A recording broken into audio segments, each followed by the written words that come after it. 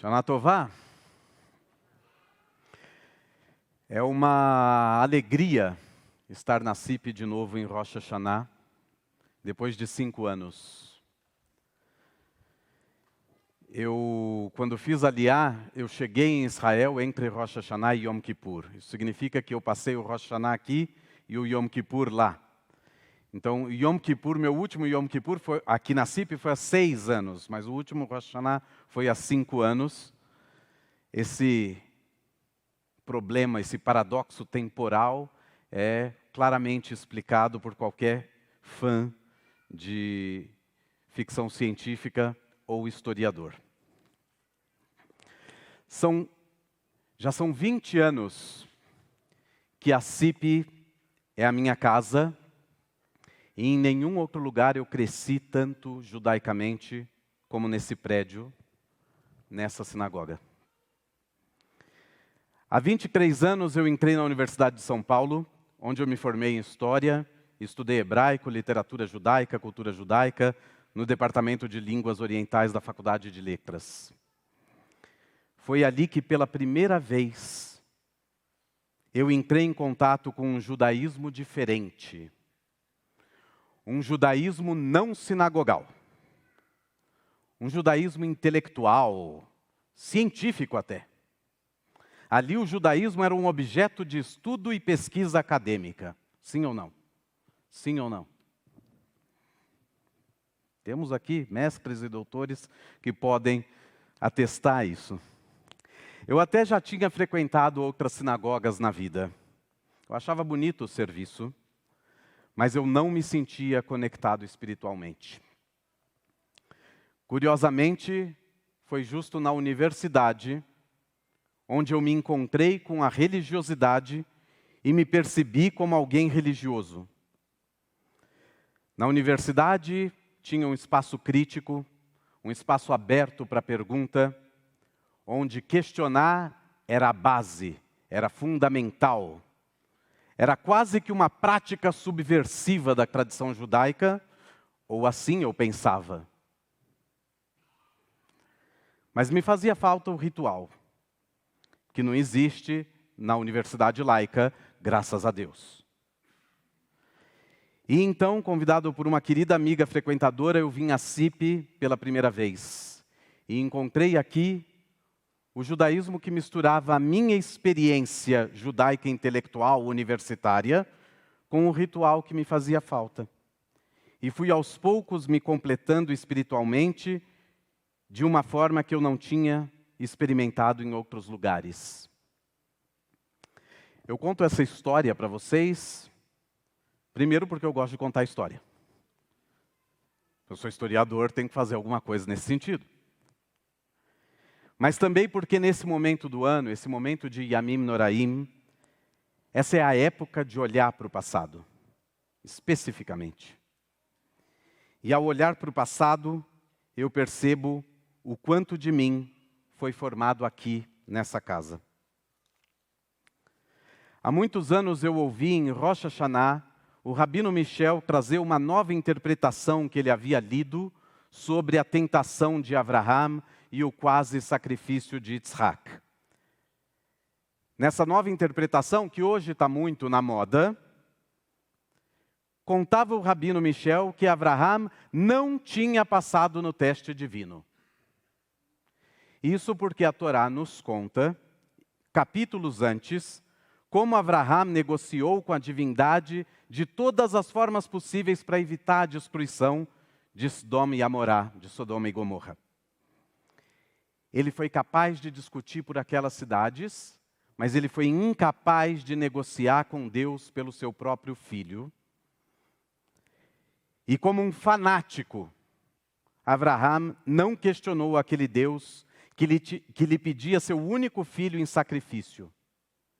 E por isso, Abraham então não teria passado no teste, pois a divindade esperava de Abraham a indignação por tal pedido. Esperava que ele se negasse. A divindade queria que Abraham dissesse: não, pelo amor de Deus, meu filho único. Não.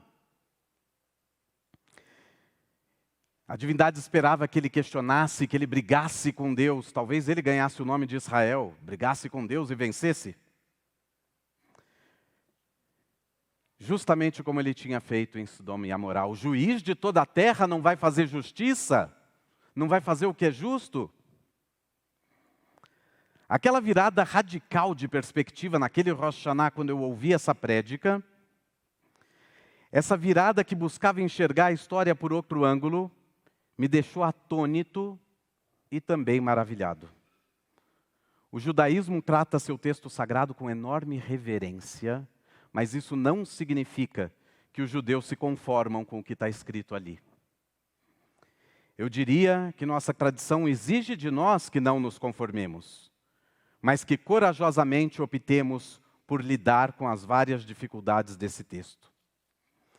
Há cerca de 3 meses,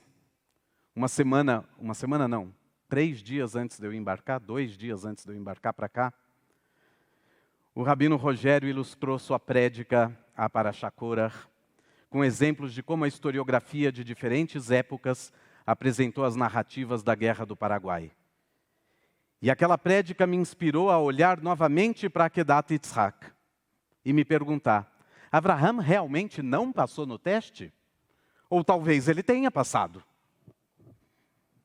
Preciso olhar em outra perspectiva.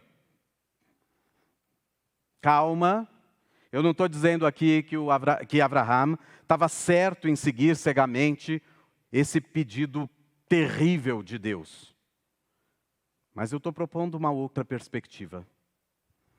Eu estou propondo virar mais uma vez o texto da Torá e procurar nele alguma justificativa que apoie a opinião de que Abraham, sim, passou no teste divino. Diz o texto que vamos ler amanhã de manhã na sinagoga. No 3º dia de caminhada, Abraham avistou de longe o lugar do sacrifício e disse a seus jovens servos, vocês fiquem aqui, que eu e o meu filho iremos até lá para nos prostrar diante de Deus e voltaremos aqui com vocês. Iremos e voltaremos. Abraham garantiu. Nas suas palavras, não tinha espaço para dúvida. Eles voltariam juntos. Abraham tinha uma certeza inabalável. A fé dele permitia a ele que acreditasse que, de fato, a divindade não lhe permitia acreditar. A fé dele não lhe permitia acreditar que, de fato, a divindade requereria dele o hediondo sacrifício. Abraham tem certeza de que Deus vai poupar Yitzhak. No caminho, diz o texto, Yitzhak pergunta a seu pai, pai, está tudo aqui, mas onde está o cordeiro para ser sacrificado? E Abraham responde, Deus proverá o cordeiro para o sacrifício. Esse texto me assombra. Se a gente lê na perspectiva de que Abraham tinha certeza que ele ia sacrificar o filho, o texto é assombroso. Deus proverá o sacrifício. É tétrico. É desumano imaginar que Abraham, sabendo que o sacrificado seria o seu filho, teria dado essa resposta ao garoto. Mas eu proponho ler a resposta de Abraham da mesma forma que lemos o iremos e voltaremos. Abraham diz, Deus proverá o cordeiro. Ele diz isso não para distrair o filho do seu destino iminente, mas sim porque ele não pode aceitar que a divindade realmente vai pedir isso dele. É como se essas suas palavras fossem a sua tefilá. Deus vai providenciar outro cordeiro. Essas palavras eram sua tefilá, eram sua súplica perante o divino. Hashivenu venashuva, nós dizemos na nossa liturgia. Nós voltaremos a ti, eterno. Abraham disse, Nelcha venashuva.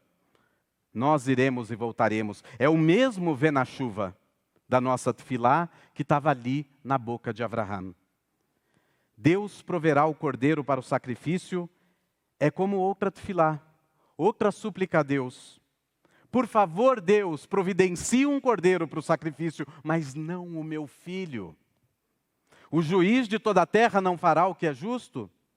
Como pode que a divindade que prometeu a Abraham que de Yitzhak sairia uma grande nação, como pode que esse Deus iria permitir que Yitzhak fosse sacrificado? Como sairia uma grande nação de Yitzhak se ele fosse sacrificado? Na leitura de hoje de manhã, que era o trecho imediatamente anterior a esse, nós lemos como Deus havia prometido a Abraham que Ismael também se tornaria uma grande nação. Lemos como o mesmo Ismael, no deserto e desidratado, chega à beira da morte, quando Agar, sua mãe, ergue sua voz, grita, suplica e chora pela vida do menino. E ao abrir os olhos, Agar vê um poço, cujas águas salvam a vida do seu filho, também filho de Abraham. Ora, pode ter pensado Abraham, se o meu outro filho também ao meu outro filho também tinha sido feita uma promessa de que ele se tornaria uma grande nação, e ele foi livrado da morte naquele momento extremo, por que a mesma divindade não pouparia a vida do meu outro filho, Yitzhak? Ainda mais, lembrando lá do negociador de Abraham, por Sodoma e Gomorra, ele podia ter dito: escuta aqui, Deus, você me disse para cruzar rios e desertos para ir para uma nova terra, e eu parti confiando totalmente em você, que você é o único Deus e estava esperando isso de mim. Eu parti rumo ao desconhecido, acreditando que você é o único Deus. Eu estou cumprindo a minha parte do combinado. E você não vai cumprir? Você disse que ele vai ser uma grande nação. Nossa tradição acredita que a tefilá tem a possibilidade de alterar um mau decreto. Teria sido a tefilá de Abraham a responsável pelo não sacrifício de Yitzhak? Teria sido a tefilá de Agar a responsável pela sobrevivência de Ismael? Seria outra perspectiva, uma outra ainda possível? Em Havruta com a Morá Patrícia, nós encontramos ainda outra possibilidade. A possibilidade de que Abraham nunca chegaria a oferecer seu filho como sacrifício de jeito nenhum. Abraham segue com Yitzhak em direção ao Monte Moriá, certo de que, se Deus for de verdade, se ele for de verdade Deus, ele vai cumprir a sua promessa. E Yitzhak não vai ser sacrificado. Ao mesmo tempo, se Deus fosse um mentiroso e descumprisse a sua promessa e exigisse o sacrifício do seu filho, Abraham não sacrificaria Yitzhak, porque não é a divindade verdadeira. Simplesmente ele viraria as costas, porque não ia acreditar numa divindade falsa. E de todo modo, os dois voltariam juntos para os servos de Abraham, mostrando assim que Abraham não mentiu em suas palavras. Nós iremos e voltaremos. Voltaremos e voltaram. O Deus verdadeiro providenciará o cordeiro. Se providenciar, então é Deus de verdade. Se não providenciar e exigir mesmo o meu filho, é uma divindade falsa. E, portanto, eu não seguirei e não oferecerei o meu filho. Desse modo, sob essas perspectivas, nós podemos dizer que Abraham, sim, passou no teste de Deus. É o Abraham de Schrödinger, ele passou e não passou ao mesmo tempo. Olhar para o passado é bom, porque nos permite reavaliar as nossas opiniões, nossas certezas, nossas atitudes. É olhando para trás que podemos nos transformar e evoluir. Podemos nos aprimorar e impactar sempre de modo positivo a vida daqueles que nos cercam. A rabina,